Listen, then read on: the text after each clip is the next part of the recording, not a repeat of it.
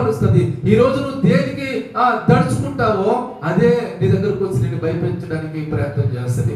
దేనికి కూడా నువ్వు భయపడకూడదు. అందుకనే 91వ కీర్తన 14వ వచనంలో ఉంది.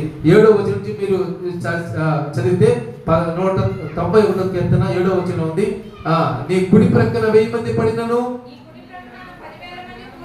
నీ కుడి ప్రక్కన 10,000 మంది కూలినను అపాయం నీ యొద్దకు రాదు. అపాయం నీ యొద్దకు రాదు. నువ్వు దేని గురించి ఆలోచిస్తుంటావో, దేని గురించి నీ ఆలోచనలు తపనలు ఉంటాయో అవే మనల్ని ఏం చేస్తారంటే బలహీనపరుస్తుంది. ఏం జరిగినా నా దేవుడు నాకు తోడుగా ఉన్నాడనే ధైర్యం అనే బలం మనకు ఉంటే దేవుడు ఏం చేస్తాడంటే మనల్ని ఎత్తి నడిపిస్తాడు. ఎడం పక్కన 1000 మంది, కుడి పక్కన 10,000 మంది, ముందు వెనక ఎంతమంది కూలినా సరే అపాయం మన దగ్గరికి రాదు. ఒక తల్లి తనకు ఒకే ఒక కుమారుడు అయితే ఇంటర్ అయిపోయి